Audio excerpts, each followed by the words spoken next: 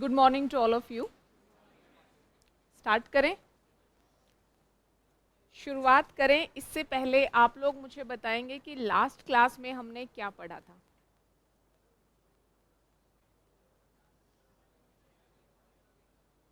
Introduction, और introduction में हमने किस तरह की इंट्रोडक्शन की बात की थी?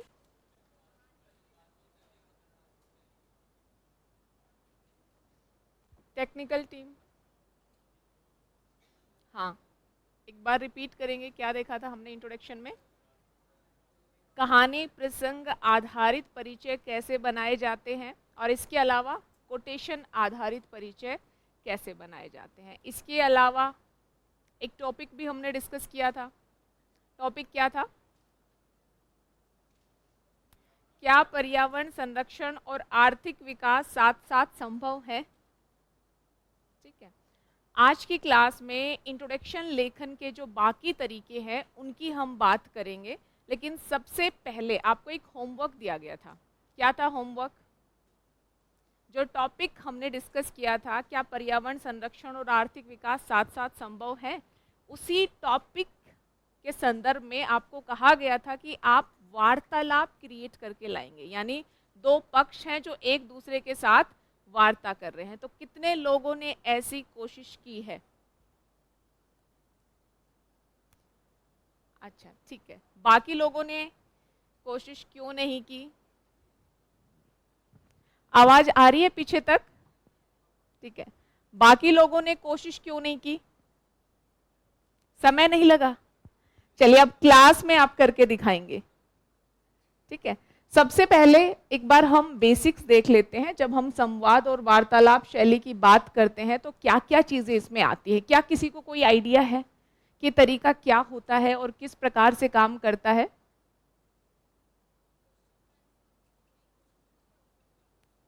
ठीक है जी, ठीक है। अपना अपना पक्ष हम दिखाने की कोशिश करते हैं। इसका एक एग्जाम्पल है, पहले एग्जाम्पल देखते हैं, इसके बाद बात करेंगे। सबसे पहले टॉपिक को प्रोसेस कीजिए। राष्ट्र हितों का स्थान मानवीय हितों के बाद आना चाहिए। टॉपिक क्लियर है? दो पक्ष यहां पर क्या है? एक तरफ है राष्ट्र हित और दूसरी तरफ है मानवीय हित। और टॉपिक क्या कह रहा है कि राष्ट्र हितों का स्थान मानवीय हितों के बाद आना चाहिए। अब ये आप पर निर्भर करता है कि आप राष्ट्र हितों को वरीयता देते हैं या मानवीय हितों को। अब यहां पर इस बच्चे ने वार्तालाप शैली का इस्तेमाल करके परिचय लिखने की कोशिश की है। हम देखते हैं कि इन्होंने किस प्रकार का परिचय लिखा है। सबसे पहले संवाद एक, और एक पक्ष यहां पर है राष्ट्रहित। इतिहास गवाह है कि जब जब राष्ट्रों ने अपने हितों को सर्वोपरि रखा, तब तब उन्होंने मानव विकास के उच्च प्रतिमान प्राप्त किए, यथा संयुक्त राज्य अमेरिका व जापान। पहला पक्ष है राष्ट्रहित। वो क्या कह रहा है कि इतिहास गवाह है कि जब जब राष्ट्रों ने राष्ट्र हितों को वरीयता दी, तब तब राष्ट्रों ने विकास के उच्च प्रतिमान हासिल किए। और उदाहरण है संयुक्त राज्य अमेरिका और जापान। चलिए, दूसरा पक्ष यहां पर है मानवीय हित। लेकिन इतिहास इस बात का भी गवाह है कि जब जब राष्ट्रों ने राष्ट्र हितों को मानवीय हितों से ज्यादा वरीयता दी, तब तब मानवता ने भयंकर त्रासदी झेली है, यथा प्रथम एवं द्वितीय विश्व युद्ध। एक संवाद समाप्त होता है, संवाद नंबर 2। अब संवाद नंबर 2 की शुरुआत में फिर राष्ट्रहित कहता है कि शायद आप राष्ट्रहित को गलत नजरिए से देख रहे हैं।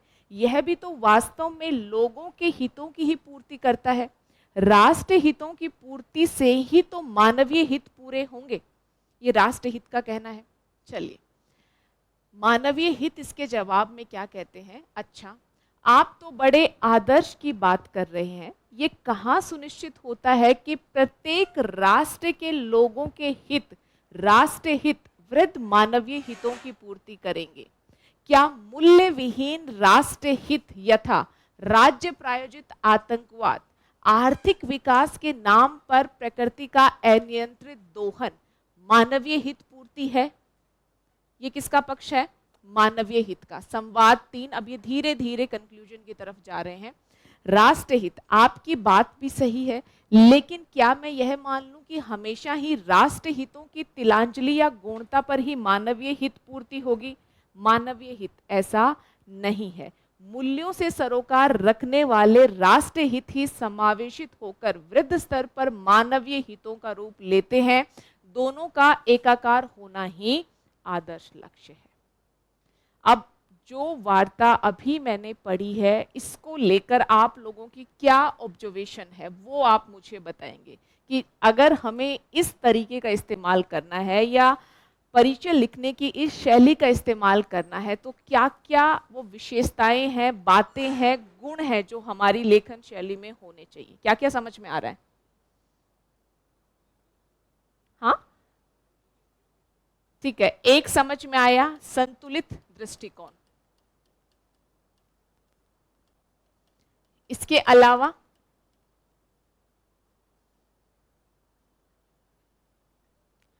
विवरण और संक्षिप्तता का बेहतर संयोजन। यहां पर चीजों का विवरण भी दिया गया है लेकिन उतना ही दिया गया है जितना जरूरी है। तो कितना आपको विवरण देना है ना, और कितना आपको संक्षिप्त रखना है, दोनों बातों पर आपको ध्यान देकर चलना पड़ेगा। इसके अलावा जो सबसे मूलभूत बात है वो ये है कि इस तरह के जो तरीका है उसका इस्तेमाल उन्हीं टॉपिक्स में किया जा सकता है जिनमें दो पक्ष हो। अगर नहीं है तो फिर आप वार्ता किस में दिखाओगे? अच्छा आप भी ये कह रहे हैं, अच्छा हम भी ये कह रहे, चलिए हम तो दोनों ही साथ हैं, आगे बढ़ते हैं। तो मतलब जहां कोई डिबेट होगा, जहां अलग अलग पक्ष हो, अलग अलग हित हो, वहां ये संभावना बनेगी कि आप इस प्रकार की शैली का इस्तेमाल करें। तो सबसे पहला और जो सबसे जरूरी है, अगर दो पक्ष हैं तो ही इस तरीके का इस्तेमाल होगा, अन्यथा इस तरीके के इस्तेमाल की संभावना नहीं बनती है। एक और चीज, आप एक चीज अगर ध्यान देंगे तो इस पूरी कन्वर्सेशन को जो इतना ब्यूटीफुल, इतना सुंदर बना रहा है वो क्या है? एग्जाम्पल्स। आप देखोगे यहाँ प्रॉपर एग्जाम्पल, जैसे राष्ट्रहित की बात है तो संयुक्त राज्य अमेरिका, जापान का एग्जाम्पल है। जब मानवीय त्रासदी की बात है तो प्रथम द्वितीय विश्व युद्ध की बात की गई है। अच्छा, सिर्फ कोरे राष्ट्र हितों की बात हो तो राज्य प्रायोजित आतंकवाद, आर्थिक विकास के नाम पर प्रकृति का अनियंत्रित दोहन। यानी इस वार्ता को प्रभावी बनाने के लिए और अपने अपने पक्ष को बेहतर ढंग से पुष्ट करने के लिए उदाहरणों का भी इस्तेमाल किया गया है। तो सिर्फ ये पढ़ना पर्याप्त नहीं है, यहाँ से ऑब्जर्वेशन निकालनी पड़ेगी कि इस तरीके या इस शैली का इस्तेमाल कहाँ पर किया जा सकता है। तो जहां दो पक्ष हो, जहां आप देखोगे विवरण और संक्षिप्तता दोनों का संयोजन अगर आप कर पाए तो इस तरीके का इस्तेमाल कीजिए। भाषा प्रभावी होनी चाहिए, साथ ही जो भी आप कहेंगे कोशिश करें कि उसे उदाहरणों के साथ पुष्ट करें, वरना ये तरीका ज़्यादा प्रभावी नहीं रहेगा। तो ये कुछ बातें हैं जिन्हें ध्यान में रखनी होंगी अगर आप इस तरीके का इस्तेमाल करना चाहते हैं। तो साथ ही इस तरीके के इस्तेमाल के लिए काफ़ी अच्छी प्रकार का अभ्यास चाहिए होगा। तो पहले आपको प्रैक्टिस करनी पड़ेगी कुछ टॉपिक्स के साथ, तभी इस शैली का इस्तेमाल आप कर पाएंगे। एक और एग्जाम्पल मैं आपको दिखाती हूँ।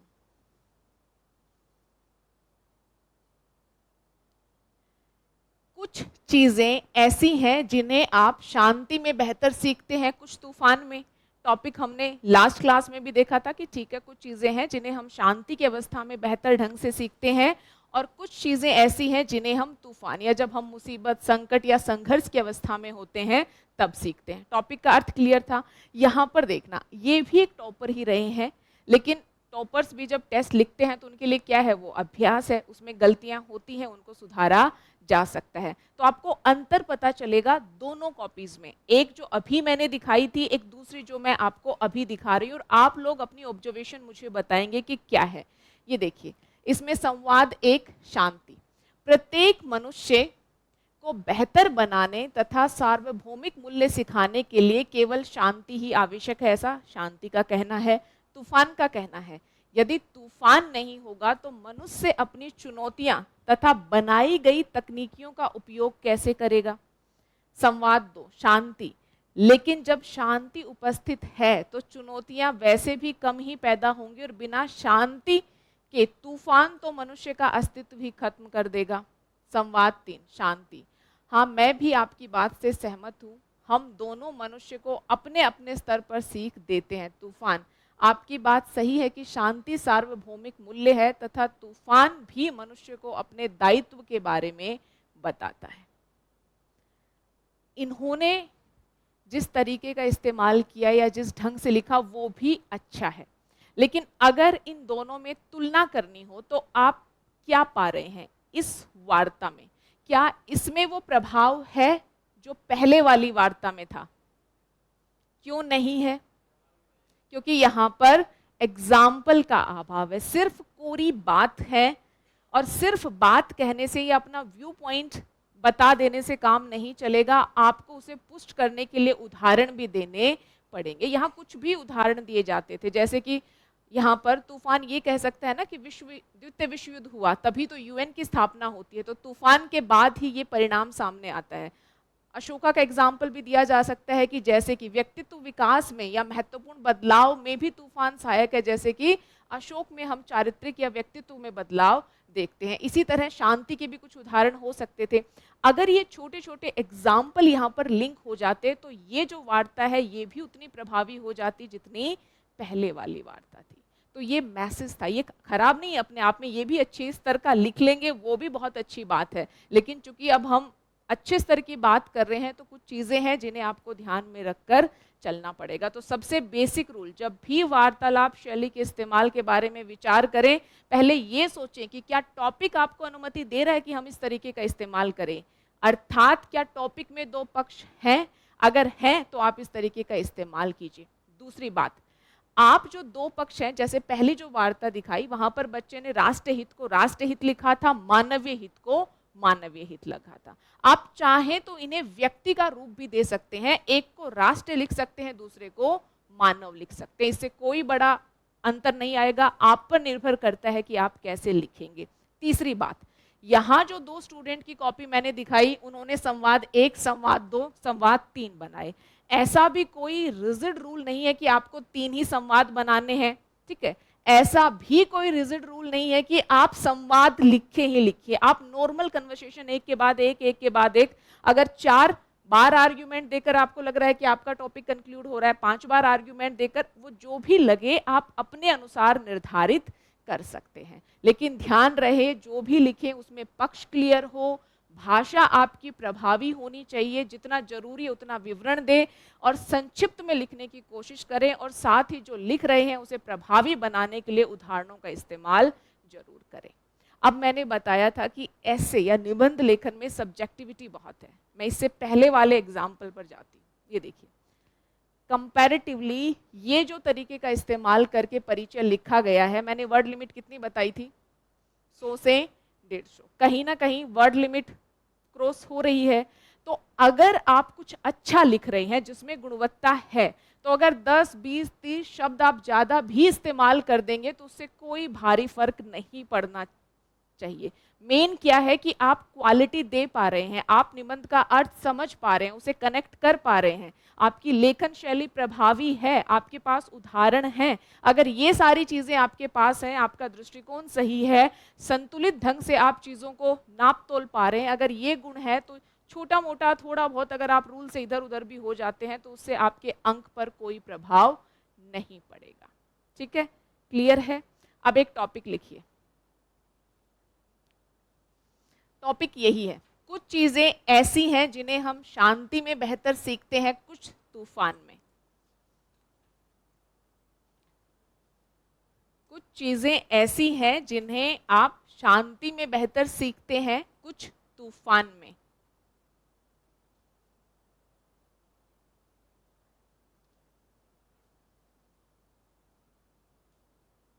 लिख लिया टॉपिक? अभी जो वार्ता आपने पढ़ी है इसे भूल जाओ और अपने स्तर पर आपके पास 3 मिनट का समय है, एक वार्ता, एक कन्वर्सेशन इस टॉपिक पर बनाने की कोशिश कीजिए।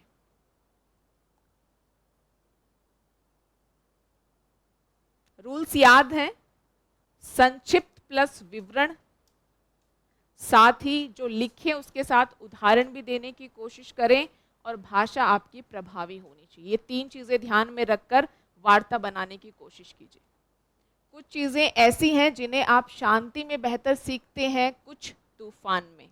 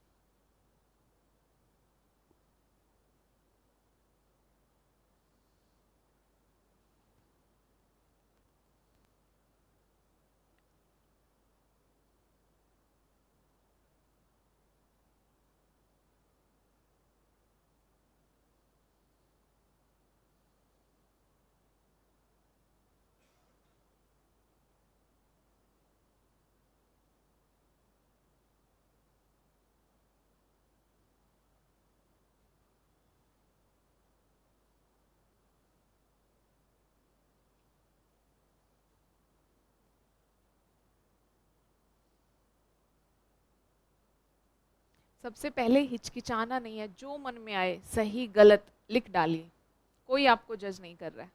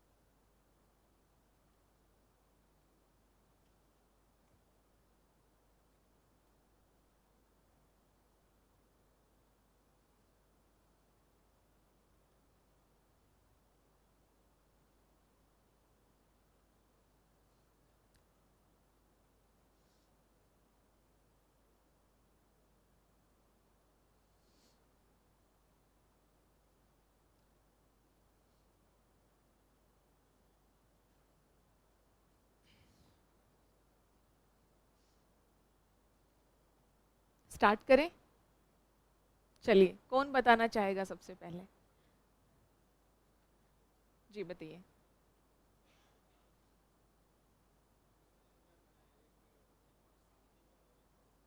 ठीक है,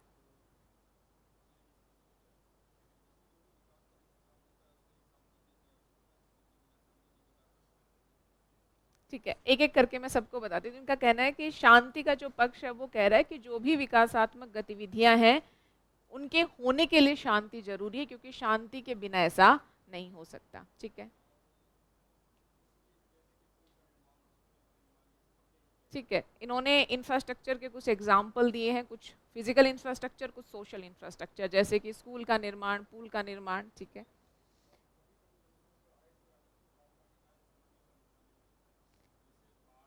हम्म, ये दूसरा पक्ष कह रहा है। अच्छा।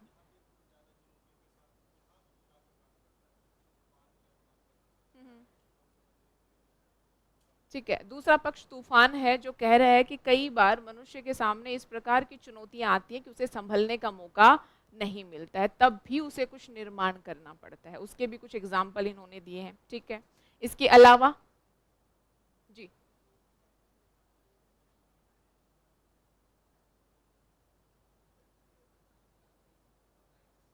ठीक है, बिल्कुल।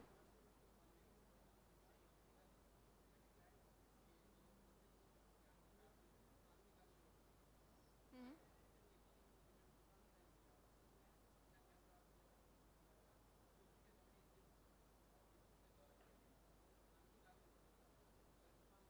ठीक है, ठीक है, काफी अच्छी कोशिश है इनका। जो समअप है वो मैं बताती हूँ। उन्होंने एग्जाम्पल दिए हैं, एग्जाम्पल दिए। पहला एग्जाम्पल कोविड-19 और जनधन योजना से था। जैसे जनधन जैसी स्कीम हम शांति काल में लेकर आते हैं, और आपको पता होगा पीपीई किट, मास्क इत्यादि, ये सब बनाने की क्षमता हम अचानक से सृजित करते हैं कब? जब कोविड-19 जैसी आपदा हमारे सामने होती है। उसी तरह से इन्होंने इतिहास का एग्जाम्पल दिया। एक तरफ बुद्ध है, दूसरी तरफ अशोक है, जिन्होंने, एक ने शांति में सीखा, दूसरे ने तूफान की अवस्था में सीखा। लेकिन एक चीज ध्यान रहे, एग्जाम्पल आपके बिल्कुल सही है, लेकिन थोड़ी वार्ता भी आपको दिखानी पड़ेगी। हाँ, वो बनाकर उसको फिर एग्जाम्पल या उदाहरणों के माध्यम से पुष्ट कीजिए। इसके अलावा किसी के पास कुछ और एग्जाम्पल है? जी।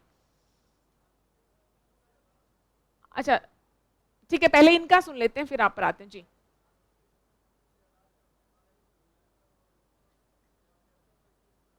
हम्म,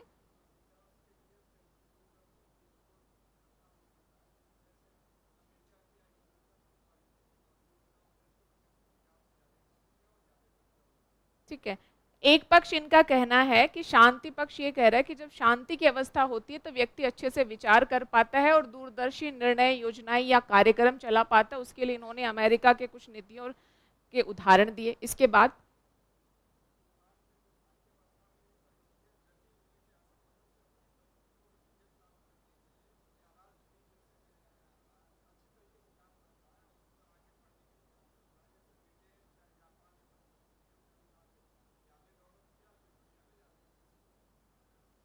ठीक है, देखिए विपरीत परिस्थितियां, जैसे आप जापान वगैरह का एग्जाम्पल दे रहे हो, तूफान स्पेसिफिक क्या इंडिकेट करता है ना, सीमित समय में आपके सामने कोई खराब परिस्थिति क्रिएट हो गई है तो वो तूफान को इंडिकेट करता है। तो लंबे समय में अगर किसी के पास संसाधन कम है, लंबे समय से जैसे जापान के पास कम थे फिर भी वो डेवलप हुआ, तो उसे तूफान नहीं कहा जा सकता। बिल्कुल विषम परिस्थिति थी लेकिन वो तो उनके सामने काफी लंबे समय से थी, अचानक तूफान जैसी स्थिति नहीं क्रिएट हुई थी। ठीक है, तो ये थोड़ा सा डिफरेंस हमें करके चलना पड़ेगा। बाकी अच्छा था।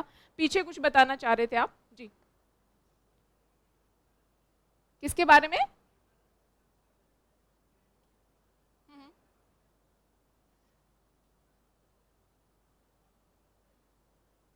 ठीक है, न्यूटन का एग्जाम्पल ग्रेविटी।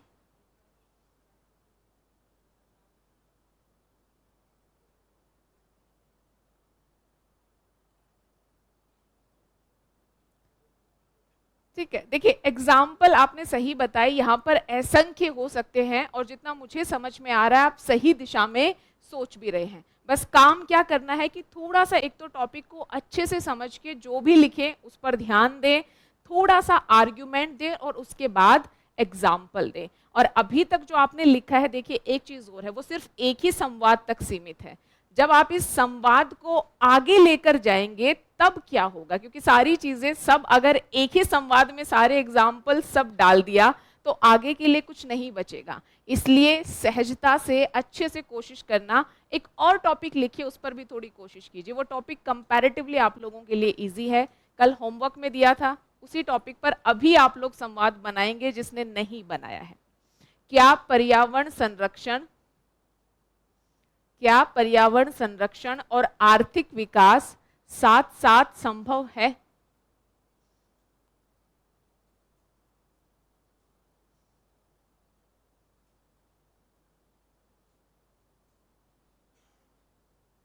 क्या पर्यावरण संरक्षण एवं आर्थिक विकास साथ साथ संभव है?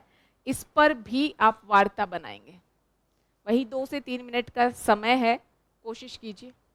और इस बार थोड़ा सा ध्यान इस बात पर देना कि ठीक है, एक संवाद तो हमने क्रिएट कर लिया, अब उसके आगे क्या है ना, इस वाले में ये कोशिश करना।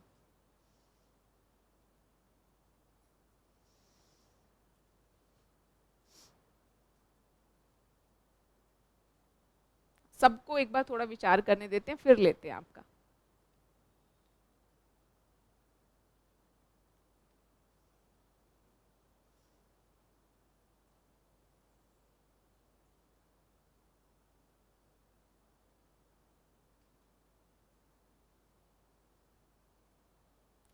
ऑनलाइन बच्चों का रेस्पॉन्स है लास्ट टॉपिक को लेकर। अनीश का तो अशोका कलिंगा वाला एग्जाम्पल है जो हम ऑलरेडी डिस्कस कर चुके हैं। सिद्धि का कहना है कि शांति यानी कोल्ड वॉर, शीत युद्ध के समय भारत नॉन अलाइनमेंट मूवमेंट, गुट निरपेक्ष आंदोलन को अपनाता है। तो ये भी एग्जाम्पल में डाला जा सकता है। अब देखिए ये जो नॉन अलाइनमेंट मूवमेंट है ना, इसको आप कैसे डालेंगे ये आप पर निर्भर करेगा, क्योंकि इसे हम शांति की अवस्था में भी मान सकते हैं और इसे हम तूफान की अवस्था में भी मान सकते हैं। कैसे मान सकते हैं? क्योंकि कहीं ना कहीं तूफान तो था जो अंदर अंदर चल रहा था, इतने सारे घटनाक्रम होते हैं तब हम गुट निरपेक्ष आंदोलन की तरफ बढ़ते हैं। तो आप पर डिपेंड करता है कि आप इसे कैसे जस्टिफाई करेंगे। बाकी ये एग्जाम्पल दोनों तरीके से ही इस्तेमाल में लाया जा सकता है। चलिए अभी जो टॉपिक है उस पर लिखिए।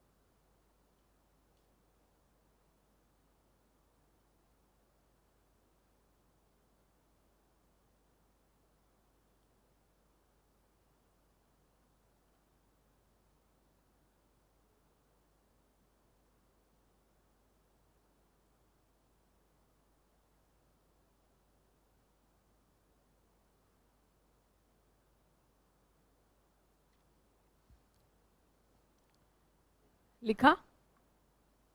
चलिए, आप घर से लिख कर लाए थे तो पहले आप बताएंगे। हाँ,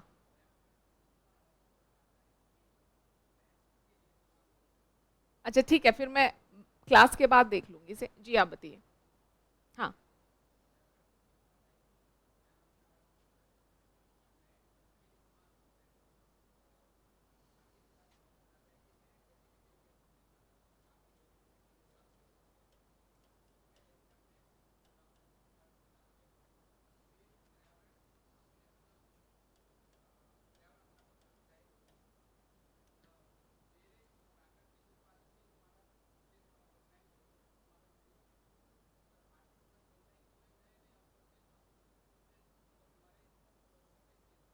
ठीक है।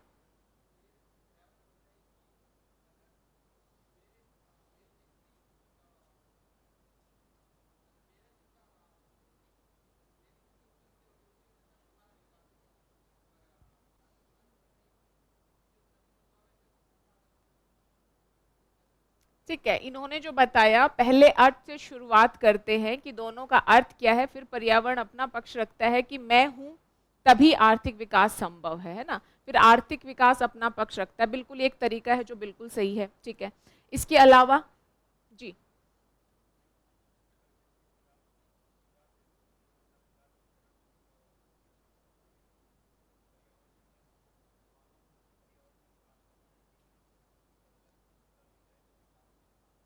ठीक है, एक पक्ष जिसमें आर्थिक विकास कहता है कि जब विकास होगा तो पर्यावरण की क्षति होगी होगी। पर्यावरण कहता है कि अगर पर्यावरण को क्षति होती है तो ऐसा आर्थिक विकास किस काम का। ठीक है,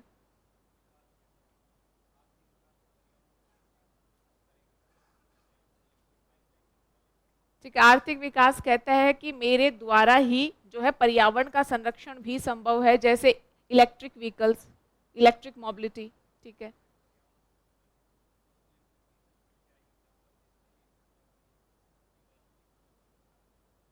उस इलेक्ट्रिक व्हीकल का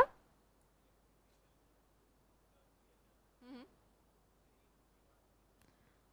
अच्छा, फिर पर्यावरण कहता है कि जिस इलेक्ट्रिक व्हीकल की आप बात कर रहे हो, उस इलेक्ट्रिक व्हीकल के लिए इलेक्ट्रिसिटी का निर्माण तो जीवाश्म ईंधन से ही किया जा रहा है। ठीक है, अच्छी कोशिश थी। इसके अलावा जी बताइए।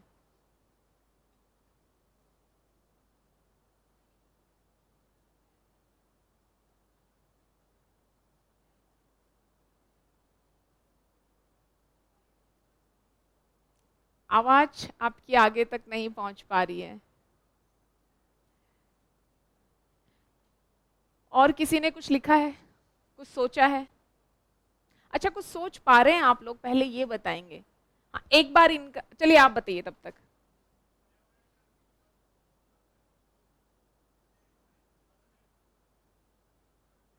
ठीक है, पर्यावरण ही आर्थिक विकास को संभव बनाता है, ये डायमेंशन हमें मिला भी था पहले भी। इसके अलावा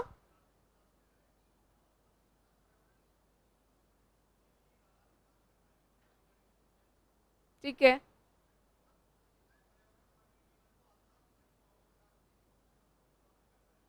ठीक है, पर्यावरण मानवीय जीवन को दोनों प्रकार से प्रभावित करता।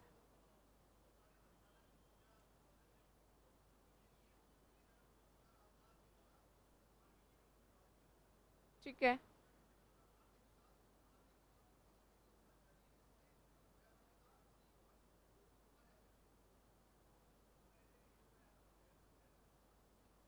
ठीक है, ठीक है, आप और बताइए क्या बता रही थी आप? जी।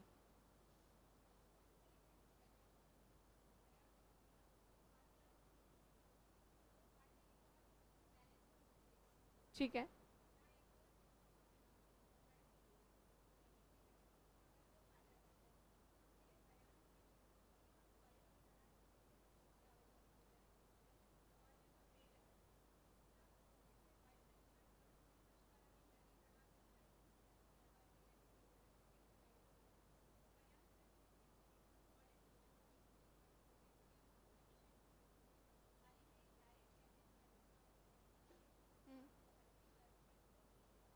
ठीक है, इन्होंने कहा है कि इनकी जो वार्ता रहेगी वो संतुलित अप्रोच के साथ रहेगी। लाइक अगर हम सड़क निर्माण कर रहे हैं तो उससे पेड़ पौधे कट रहे हैं या फिर जो जीव जंतु हैं उनके आवासों का विखंडन हो रहा है, एनवायरमेंट इकोलॉजी में पढ़ा ना, आवास विखंडन अलग अलग हो जा रहे हैं, तो उनको हम कॉरिडोर के माध्यम से जोड़ सकते हैं। अच्छा, अगर वाहनों से CO2 एमिशन या उत्सर्जन हो रहा है तो odd and even, carbon capture जैसी तकनीकों का इस्तेमाल किया जा सकता है। मैंने आप सबने जो लिखा मोटा मोटा मुझे आइडिया मिल गया है, सिर्फ मैं 2-3 चीजें हाईलाइट करना चाहूंगी। सबसे पहले मेरा एक प्रश्न है आप लोगों से, आज के समय में आर्थिक विकास और पर्यावरण में से अगर किसी को ज्यादा बड़बोला माना जा सकता है, यानी जो अपनी बात आतुर होकर आगे रखना चाहे, तो वो कौन होगा? आर्थिक विकास। तो ये एक बहुत छोटी सी टिप है कि जब भी कन्वर्सेशन शुरू करो तो ऐसे व्यक्ति या ऐसे पक्ष से शुरू करो जिसमें आगे से अपनी बात बढ़ चढ़कर कहने की प्रवृत्ति हो, क्योंकि सारी दुनिया में ही आर्थिक विकास का बोलबाला है।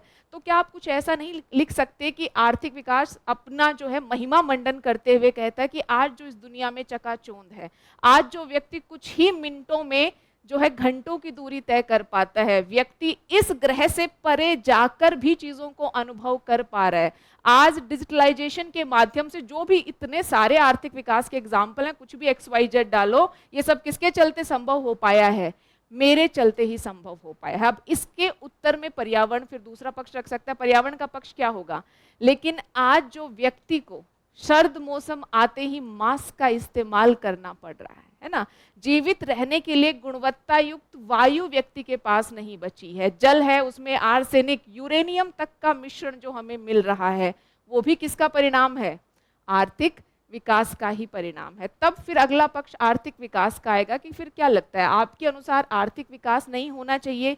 क्या व्यक्ति को फिर से पुराने समय में लौट जाना चाहिए जहां घोड़ा गाड़ी सबसे वो यात्रा कर रहा है, अधिकांश कार्य उसके द्वारा हाथों से किए जा रहे हैं? तब आर्थिक पर्यावरण अपना पक्ष रख सकता है कि नहीं, इसका तात्पर्य यह कदाचित नहीं है, लेकिन ये भी तो उचित नहीं है कि हम आर्थिक विकास के नाम पर पर्यावरण को इतनी क्षति पहुंचा दें कि आर्थिक विकास का ही अस्तित्व संकट में पड़ जाए, जैसे आने वाले बाढ़, चक्रवात या हीट वेव इत्यादि से मानव जीवन या संपदा को क्षति।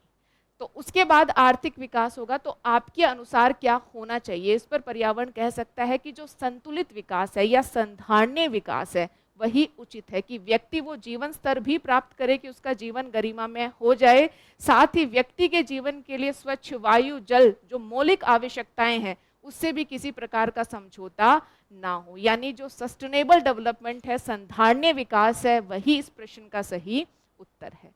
तो आपने क्या किया? एग्जाम्पल देते गए, कुछ कुछ पक्ष रखते गए। जरूरी नहीं कि 3 ऐसे संवाद आप बनाएं, जो मैंने पहले भी कहा था कि संवाद 1 2 3 नहीं, एक बार पर्यावरण कुछ बोल रहा है, एक बार विकास, पर्यावरण, विकास, ऐसे आप 4-5 कन्वर्सेशन भी बना सकते हो, जितने में आपको लगे कि सहज है और आप सही ढंग से अपनी कन्वर्सेशन या वार्ता को आकर लेकर पहुंच चुके हैं। वो 4 स्टेप में भी हो सकता है, वो 5 स्टेप में भी हो सकता है, और वो 6 स्टेप में भी हो सकता है। ये आप पर डिपेंड करेगा कि आप उसे कैसे लेकर आगे बढ़ना चाह रहे हैं। तो थोड़ी क्लैरिटी मिली कि कैसे आपको चीज़ों को प्रोसेस करना है। सिर्फ जो आप सोच रहे थे उसके बियॉन्ड भी आप चीज़ों को सोच सकते हैं।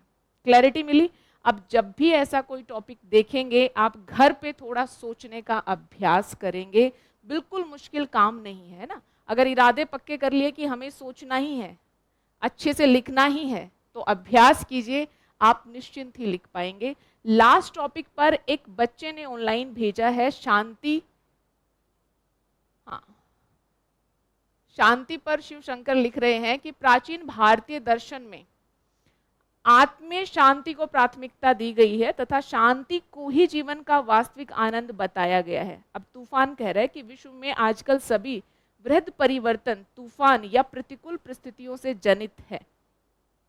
यथा फ्रांस की क्रांति और लोकतंत्र की स्थापना। अब शांति इसमें कहती है आपकी बात में कोई असत्यता नहीं है, किंतु सिर्फ तूफान की अवस्था जीवन की निरंतरता के लिए घातक सिद्ध होती है।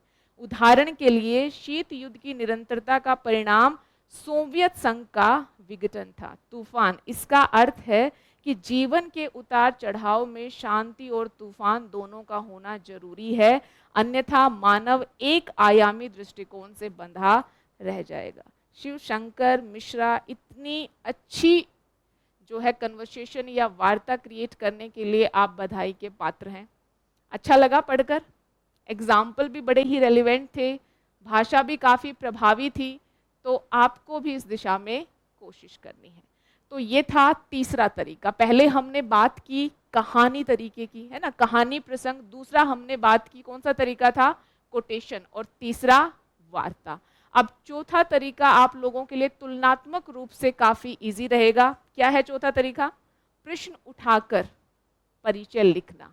कुछ नहीं, आपको क्वेश्चन क्रिएट करने हैं, प्रश्न उठाने, और उन प्रश्नों का इस्तेमाल कहाँ करना है?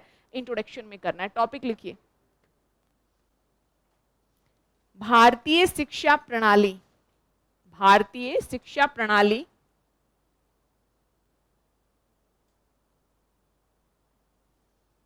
भारतीय शिक्षा प्रणाली समताकारी। भारतीय शिक्षा प्रणाली समताकारी या असमानता का स्रोत।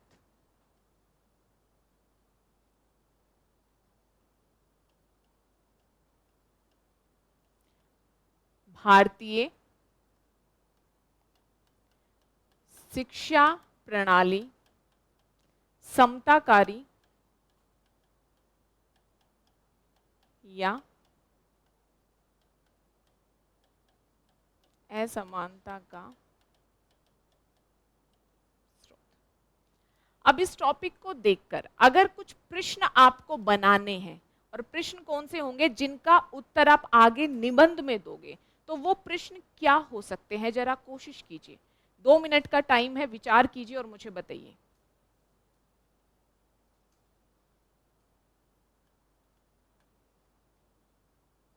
टॉपिक समझ में आ रहा है?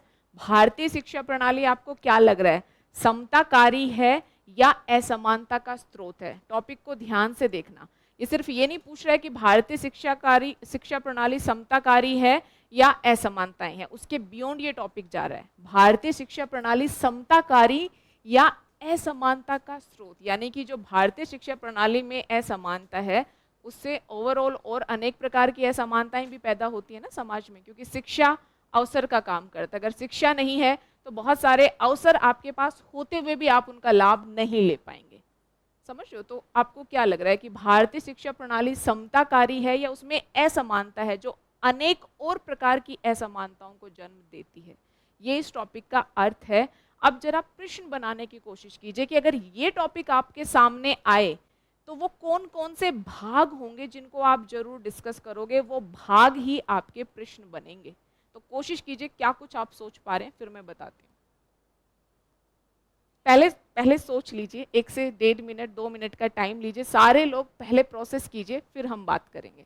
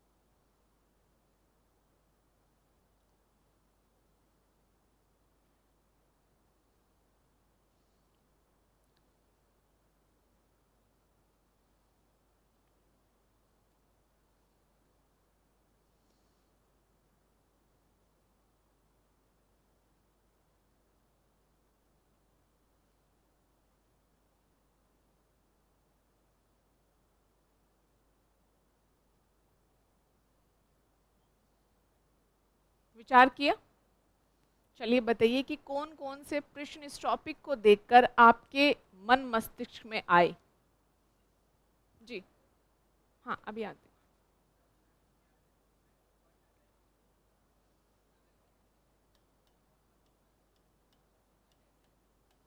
भारतीय शिक्षा प्रणाली क्या है? ठीक है, और इसके बाद समताकारी किस प्रकार है और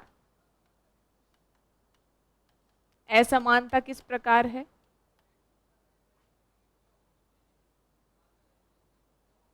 ओके, अगला है समताकारी क्यों होनी चाहिए। ठीक है, समताकारी क्यों होनी चाहिए, एक ही बात है ये, क्योंकि कोई चीज समताकारी क्यों होनी चाहिए, क्योंकि असमताकारी होना नकारात्मक होता है, तो वो एक ही में आ जाएगा। ठीक है, क्या अपेक्षित है, क्या किया जाना अपेक्षित है।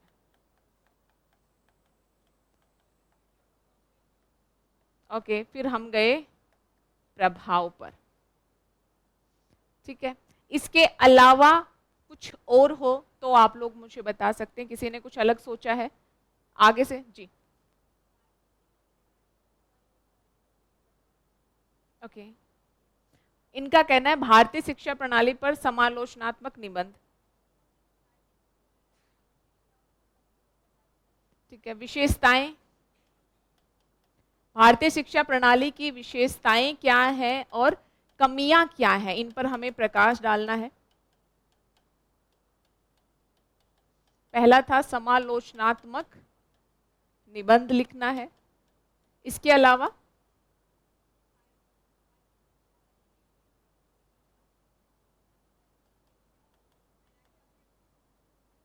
ये भारतीय शिक्षा अधिनियम, आप आरटीआई की बात कर रहे हैं, आरटीई, राइट टू इंफॉर्मेशन। हाँ, राइट टू इंफॉर्मेशन आरटीई के बाद क्या भारतीय शिक्षा प्रणाली अपना जो लक्ष्य था उसको पूरा कर पा रही है। ठीक है, इसके अलावा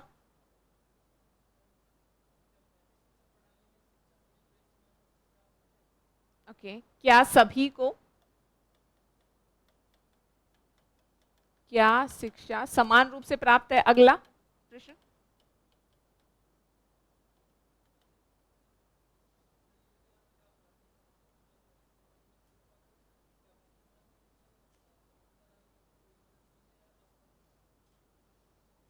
क्या शिक्षा, ठीक है, क्या शिक्षा समानता लाने में, क्या शिक्षा समानता लाने में सफल रही, असफल रही, मतलब क्या प्रभाव रहा उसका मूल्यांकन। जैसे ठीक है, एक और डायमेंशन हमें मिला, वो ये है कि जब आर्थिक स्थिति में इतना अंतर है ना, आर्थिक स्थिति के स्तर पर अंतर, तो फिर प्रश्न ये उठता है कि कैसे हम कह सकते हैं कि हमारी शिक्षा प्रणाली समताकारी है। इसके अलावा जी बताइए, शिक्षा में, शिक्षा में सरकार की चुनौती। ठीक है, अभी मैं बताती हूँ जी।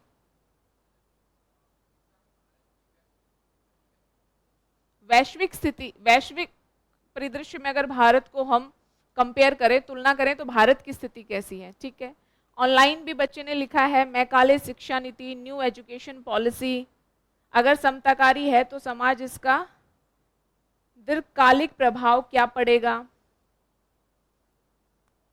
जो लिखा है उसके अलावा, उससे अलग अगर कोई कुछ बताना चाहे तो सिर्फ भाषा या शब्दों का फेर बदल करके आप लोग नहीं बताएंगे जी।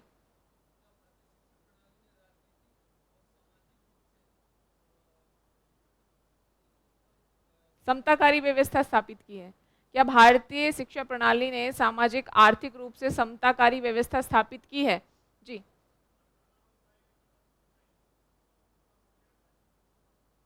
ठीक है, उठाए गए कदम, उनका मूल्यांकन। ठीक है, आप कुछ कहना चाह रहे थे पीछे से। हाँ,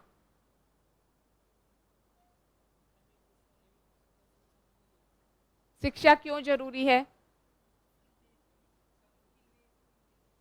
ठीक है, स्किल बेस्ड नहीं एजुकेशन।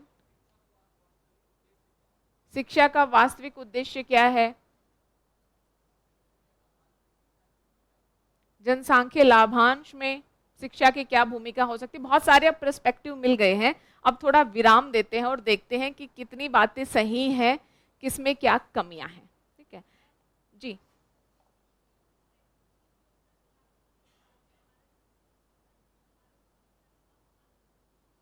ठीक है, बिल्कुल हो सकता है कि अगर हम इतनी सारी नीतियां लेकर आ रहे हैं, एक्ट्स लेकर आए, फिर भी शिक्षा के मामले में असमानता क्यों है जी। एजुकेशन पॉलिसी, ठीक है। अभी अच्छा और बताना है जी, बताइए।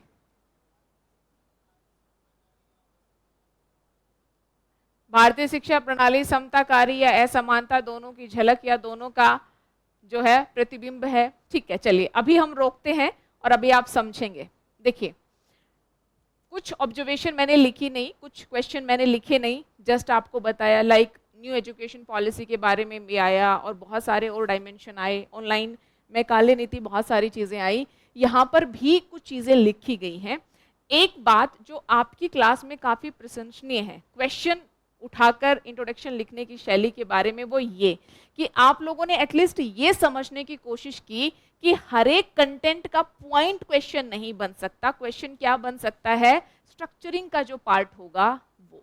क्योंकि अगर हर एक कंटेंट के पॉइंट को, अगर एक छोटी छोटी पॉलिसी, हर एक चीज को अगर हम प्रश्न उठाकर इंट्रोडक्शन में लिखने लग गए तो इंट्रोडक्शन ही हमारा पूरा निबंध हो जाएगा। तो प्रश्न क्या होने चाहिए, सबसे पहले ये समझ क्लियर है। तो प्रश्न कुछ और नहीं बल्कि उस पर्टिकुलर निबंध में जिन जिन प्रश्नों का आपको उत्तर देना है, यानी जो जो भाग आप डिस्कस करोगे, उन्हीं भागों को आप अच्छी सी भाषा का इस्तेमाल करते हुए, आगे प्रश्न चिन्ह लगाते हुए इंट्रोडक्शन में इस्तेमाल कर सकते हो। आपने ये देखा होगा कि ये तरीका तुलनात्मक रूप से आसान है, क्योंकि इसमें सिर्फ एक बार अगर आपने सीख लिया कि क्वेश्चनिंग क्या है, तो क्वेश्चन कुछ और नहीं, प्रश्न उठाना कुछ और नहीं, बल्कि जो आप स्ट्रक्चर कर रहे हो ना, उसमें जिन जिन चीजों के बारे में आप डिस्कस करने वाले हो, उन्हीं को लाकर इंट्रोडक्शन में प्रश्न चिन्ह लगा दो, वही आपका प्रश्न आधारित शैली हो गई। कोई भी इसमें मुश्किल नहीं है।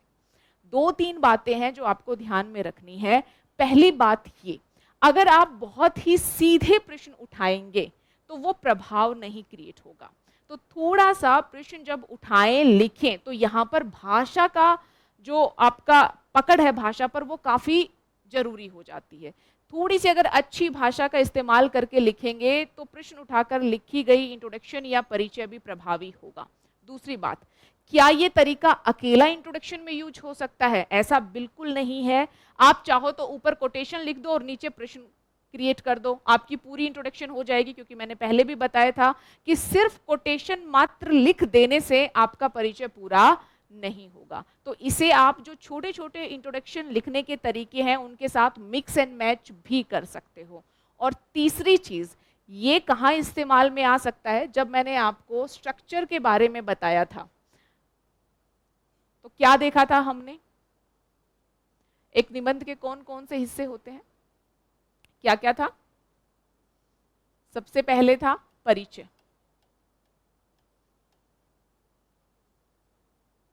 ये हो गया मुख्य भाग, और अंत में क्या है, निष्कर्ष। यही था, ये था मेजर पार्ट जो हम जानते हैं कि ये तो एक निबंध में आएंगे ही आएंगे। इसके अलावा आज के समय में अगर आप टॉपर्स की कॉपी देखेंगे तो आपको पता चलेगा कि एक और हिस्सा है जिसका इस्तेमाल किया जा रहा है। वो क्या है, ट्रांजिशन पैसेज। ट्रांजिशन पैसेज क्या होता है कि जब आप इंट्रोडक्शन से, परिचय से मुख्य भाग की तरफ आओगे तो सीधा ऐसा नहीं लगे कि आपने परिचय में एक कहानी लिखी, उसे एंड किया और उसके बाद सीधा मुख्य भाग में जो कंटेंट आपको लिखना था आपने लिखना शुरू कर दिया। आज के समय में स्टूडेंट्स क्या कर रहे हैं कि एक छोटा सा पैसेज, 4 से 5 लाइन का एक पैसेज, 6 लाइन का एक पैसेज बना रहे हैं और इस पैसेज में वो ये बता रहे हैं कि आगे क्या करने वाले हैं।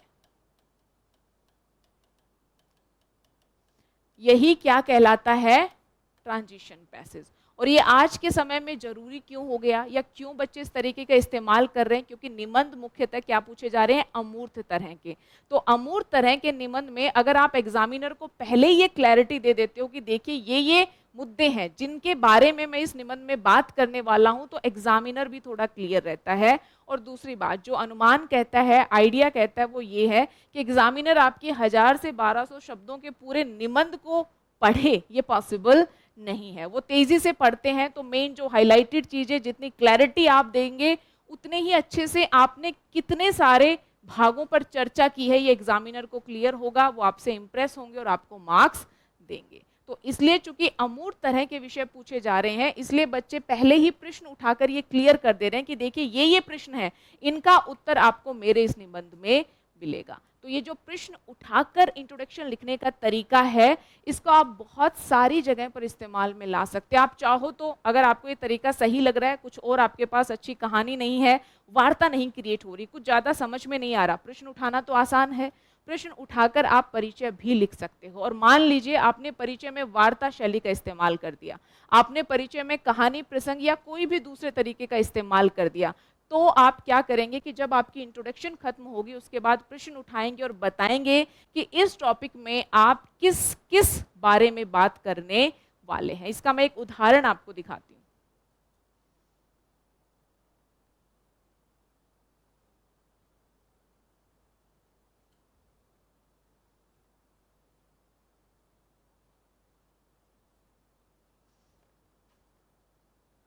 ये देखिए, ये ऐसे मैंने आपको कल भी दिखाया था। क्या है, टॉपिक पढ़िए, टूटे हुए वयस्क की मरम्मत करने की तुलना में मजबूत बच्चों का निर्माण करना आसान है। टॉपिक का अर्थ भी हमने देखा था कि टॉपिक क्या कहना चाह रहा है। अच्छा, हमने ये भी देखा था कि यहाँ इसमें कोविड-19, इटली का एग्जाम्पल, जीवन उपकरण कम थे, युवा बनाम वृद्ध, किसी एक को ही बचाया जा सकता था या एक के ही जीवन को बचाया जा सकता था, तो चयन हुआ। यहाँ तक हमने देखा। बच्चे ने कोविड-19 का जो संदर्भ था उसको परिचय में यूज किया, और उसके बाद देखिए आगे ये प्रश्न उठाते हैं। यहाँ से यहाँ तक इनकी इंट्रोडक्शन, परिचय पूरा हुआ। आगे देखिए, किंतु प्रश्न यह भी है कि क्या वयस्कों की मरम्मत करने का कोई लाभ नहीं होता, और अगर होता है तो उसका समाज पर क्या प्रभाव पड़ता है। अतः निबंध के मूल सत्य को जानने के लिए हम सुकरात की द्वंद्वात्मक प्रणाली की सहायता ले सकते हैं, जहां प्रश्नों के माध्यम से हम सत्य अर्थात निबंध के मूल सार को समझने का प्रयास करेंगे। सर्वप्रथम प्रश्न यह होगा कि टूटे हुए वयस्क की मरम्मत करना क्यों कठिन है। दूसरा, मजबूत बच्चों का निर्माण तुलनात्मक रूप से क्यों आसान है। क्या यह सार्वभौमिक सत्य है कि टूटे हुए वयस्क की मरम्मत करना कठिन है, तथा अंत में यह जानने का प्रयास करेंगे कि आज के इस विश्व में मजबूत बच्चों के निर्माण की क्या प्रासंगिकता है। तो ये जिस बारे में इस टॉपिक में बात करने वाले हैं, उन सबको यहाँ पर उठाकर प्रश्न का रूप दे दिया। अब जरा सोचिए, आप एग्जामिनर हो, आपने इंट्रोडक्शन पढ़ी, आपको बड़ी अच्छी लगी इंट्रोडक्शन, कि बच्चे ने अच्छा लिंक किया है। यहाँ इस पैसेज पर आते ही आपको पता चल गया कि बच्चा इस टॉपिक को किस किस कॉन्टेक्स्ट में एक्सप्लोर करने वाला है। अब अगर आप मोटा मोटा भी उसकी कॉपी को देख रहे हो तो पहले ही इंप्रेशन क्रिएट हो चुका है कि बच्चे की समझ अच्छी है, बच्चा टॉपिक को सही से एक्सप्लोर करेगा। आप मोटा मोटा एग्जामिनर देखता जाएगा और आपको अच्छे अंक मिल जाएंगे। तो चाहे तो इस तरीके के जो प्रश्न उठाए हैं सीधा आप इंट्रोडक्शन में यूज कर दीजिए, और अगर आपको लग रहा है नहीं, इंट्रोडक्शन में मेरे पास कोई और क्रिएटिव आइडिया है, क्यों मैं प्रश्न उठाऊं, इस तरीके का इस्तेमाल तो मैं आगे करूंगा, जहां मैं इंट्रोडक्शन से मेन बॉडी की तरफ जाने की कोशिश करूंगा, तो फिर आप इसका इस्तेमाल यहाँ भी कर सकते हैं। तो एक ऐसा तरीका है जो दो स्थान पर इस्तेमाल हो सकता है, और ये अत्यधिक प्रभावी तरीका होता है। क्यों? क्योंकि इससे एग्जामिनर को पहले ही पता चल जाता है कि इस टॉपिक में आप किस किस बारे में बात करने वाले हो। जैसे ये शशांक चौहान की कॉपी है, अब मैंने इतना ही पढ़ा, मुझे पता चल गया कि सबसे पहले तो ये बताएंगे कि वयस्क की मरम्मत करना क्यों कठिन है, और इसको लेकर जो एग्जाम्पल इनके दिमाग में आएंगे वो देंगे। दूसरा, मजबूत बच्चे का निर्माण तुलनात्मक रूप से क्यों आसान है, इसके बारे में बताएंगे। तीसरा, ये बताएंगे कि क्या ये सदैव ही सत्य है, सार्वभौमिक सत्य हम इसे मान लेते हैं कि टूटे हुए वयस्क की मरम्मत करना कठिन है। यानी यहाँ पर ये बताएंगे कि टूटे हुए वयस्क की मरम्मत करना भी कुछ मामलों में कठिन हो सकता है, लेकिन ये हो भी सकता है। हम ये नहीं कह सकते कि अगर वयस्क है तो उसमें सुधार की कोई गुंजाइश ही नहीं बचती, यानी दूसरा आयाम भी यहाँ पर वो क्लियर करेंगे। तथा अंत में वो ये बताएंगे कि आखिर आज के इस विश्व में मजबूत बच्चों का निर्माण करना क्यों जरूरी है। और यही तो सारे पहलू हैं जो इस टॉपिक में डिस्कस होने चाहिए। तो मुझे क्लैरिटी हो गई कि बच्चा आगे निबंध को ठीक से डील करने वाला है। तो ये महत्व है प्रश्न उठाने का। अगर आप परिचय में उठाना चाहते हैं तो परिचय में प्रश्न बनाओ और लिखो, और अगर आप ट्रांजिशन पैसेज यूज करना चाहते हो तो आप यहाँ पर भी प्रश्न उठाकर आगे इन एक एक का उत्तर देना शुरू कर सकते हो। किसी ने क्लास के बाद, आई डोंट नो कल या उससे एक दिन पहले मुझसे प्रश्न पूछा था कि मान लीजिए मैंने प्रश्न यहाँ लिख दिए हैं, तो क्या अब जब मैं एक एक प्रश्न का उत्तर दूंगा या दूंगी तो मुझे फिर से लिखने की आवश्यकता है? कोई बड़ा फर्क नहीं क्रिएट हो रहा। अगर आप चाहो तो फिर से एक एक प्रश्न उठाकर उसका उत्तर देते हुए चल सकते हो। अगर आपको लग रहा है कि थोड़ा बहुत दोहराव होगा, ऐसे में 1000 से 1200 शब्द लिखने पड़ते हैं। अगर एक पार्ट, एक लाइन, एक फ्रेज दोहराया जा रहा है तो उससे बड़ा अंतर नहीं क्रिएट हो रहा।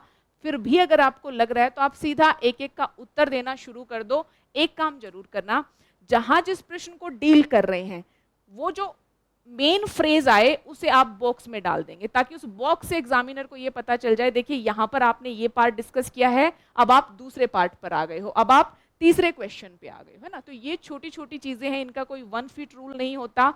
अपने अनुसार जैसा आपको सही लगे वैसा आप कर सकते हैं। अब जो टॉपिक मैंने आपको दिया था उस पर जरा प्रश्न लिखिए।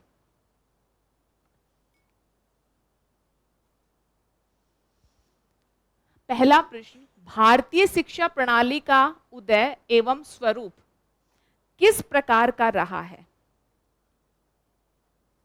भारतीय शिक्षा प्रणाली का उदय एवं स्वरूप किस प्रकार का रहा है? ये टॉपिक था ना, भारतीय शिक्षा प्रणाली समताकारी या असमानता का स्रोत, तो उसी के संदर्भ में है। भारतीय शिक्षा प्रणाली का उदय एवं स्वरूप किस प्रकार का रहा है? दूसरा, कहां तक भारतीय शिक्षा प्रणाली, कहां तक भारतीय शिक्षा प्रणाली विभिन्न आधारों पर विभाजित,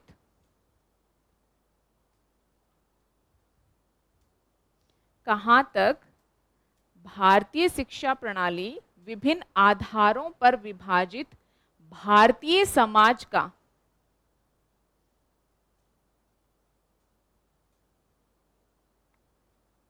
भारतीय समाज का शिक्षा के स्तर के संदर्भ में, कहां तक भारतीय शिक्षा प्रणाली विभिन्न आधारों पर विभाजित भारतीय समाज का शिक्षा के स्तर के संदर्भ में अंतराल पाट पाई है। अंतराल पाटना होता है ना, अंतराल भरना। कहां तक भारतीय शिक्षा प्रणाली विभिन्न आधारों पर विभाजित भारतीय समाज का शिक्षा के स्तर के संदर्भ में अंतराल पाट पाई है? Question mark. तीसरा क्वेश्चन, जनसांख्यिकी लाभांश की स्थिति से, जनसांख्यिकी लाभांश की स्थिति से गुजर रहे भारतीय समाज में, जनसांख्यिकी लाभांश डेमोग्राफिक डिविडेंड की स्थिति से गुजर रहे भारतीय समाज में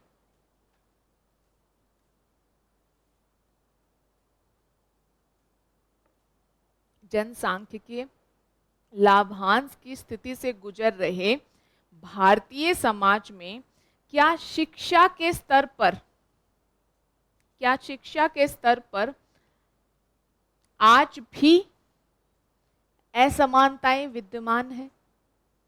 आज भी असमानताएं विद्यमान है? Question mark. अगला प्रश्न,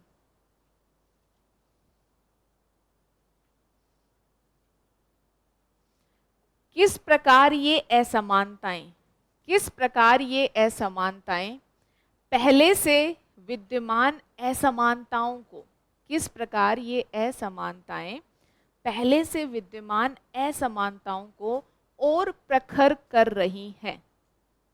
किस प्रकार ये असमानताएं, किस प्रकार ये असमानताएं पहले से विद्यमान असमानताओं को और प्रखर कर रही हैं? सरकार ने इस दिशा में क्या कदम उठाए हैं? Question mark. सरकार ने इस दिशा में क्या कदम उठाए हैं? Question mark.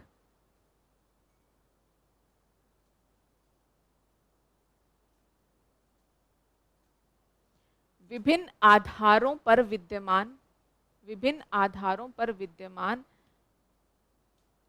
असमताकारी स्थिति के, विभिन्न आधारों पर विद्यमान असमताकारी स्थिति के दुष्चक्र को तोड़ने के लिए, विभिन्न आधारों पर विद्यमान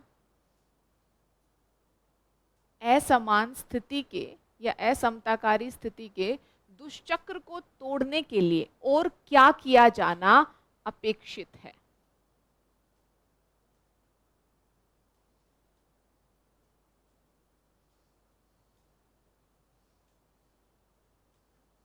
कुछ सेकंड का टाइम लीजिए और जो प्रश्न आपने लिखे हैं इन्हें पढ़िए और प्रोसेस कीजिए और मुझे बताइए कि क्या ऑब्जर्वेशन निकल कर आ रही है, क्योंकि वही लर्निंग है।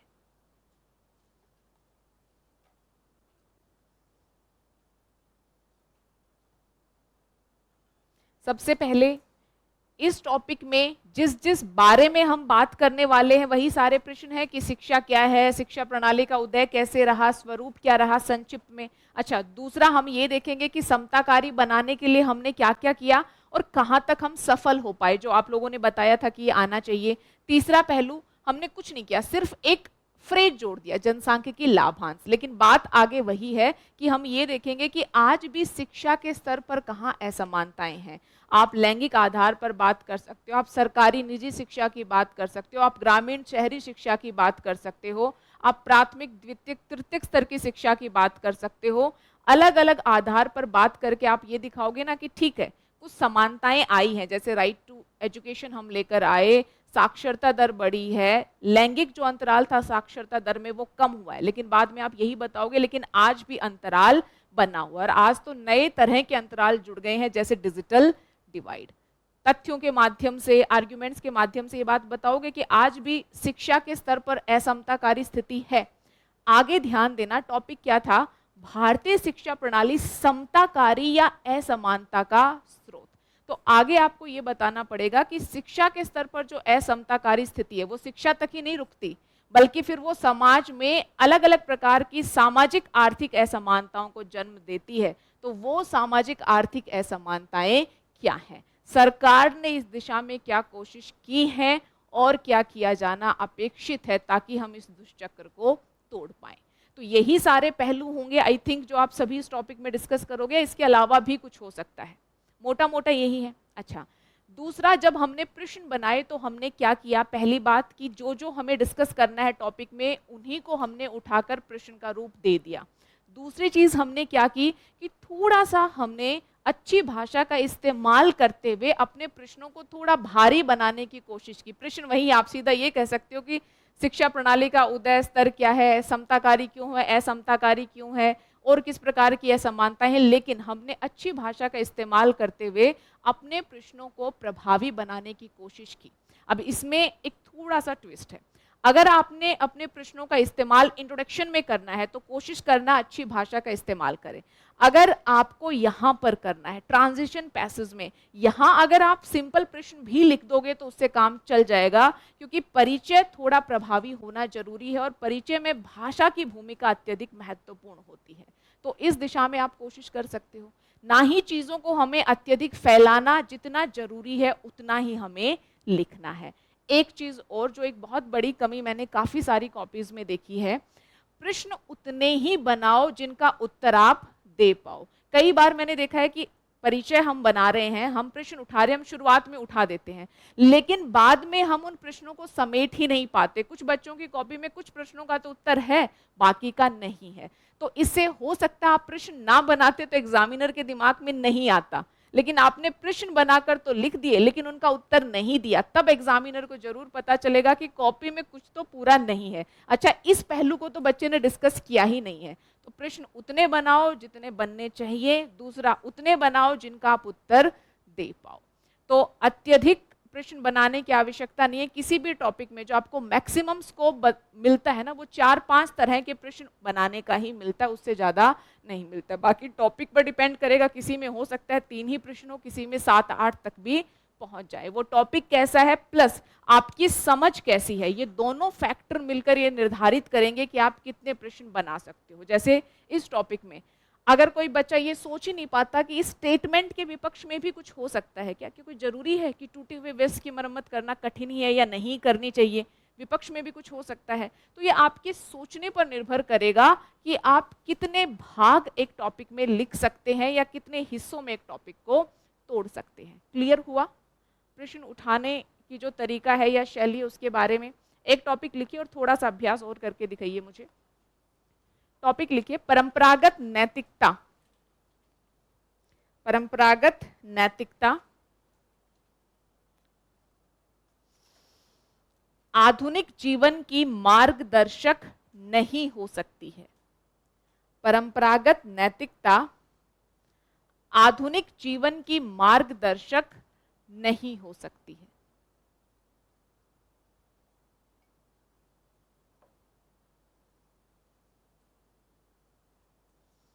दो मिनट का समय है, प्रश्न क्रिएट कीजिए और बताइए क्या क्या प्रश्न हो सकते हैं, और अगर संभव है तो अच्छी भाषा का इस्तेमाल करते हुए प्रश्न बनाएंगे। ठीक है, प्रश्न बनाइए।